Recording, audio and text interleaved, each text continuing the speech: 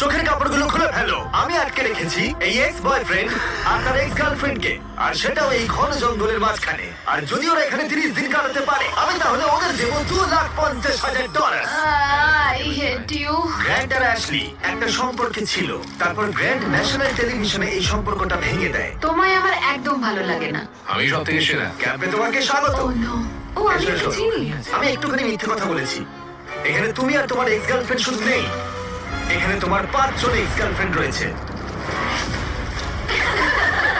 তাহলে চলো এক্সদের সাথে দেখা করে আসি।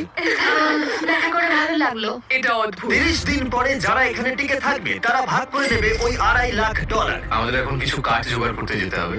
যাই হোক, দেখা করে ভালো ঠিক লাগলো। আছে, তাহলে সবাই মজা করো। আমি যখন এখানে এসে গেছি তাই আমি ভাববো আমি এখন সম্পূর্ণ একা, পুরোপুরি একা। গ্র্যান্ড সম্পর্কে কেউ কিছু ভালো বলবে? ও আমার জন্য একটা গান লিখেছিল। ও আমার জন্য গান লিখেছে। ও আমার জন্য একটা গান লিখেছিল, কিন্তু পরে অন্য মেয়েকে শুনিয়েছিল।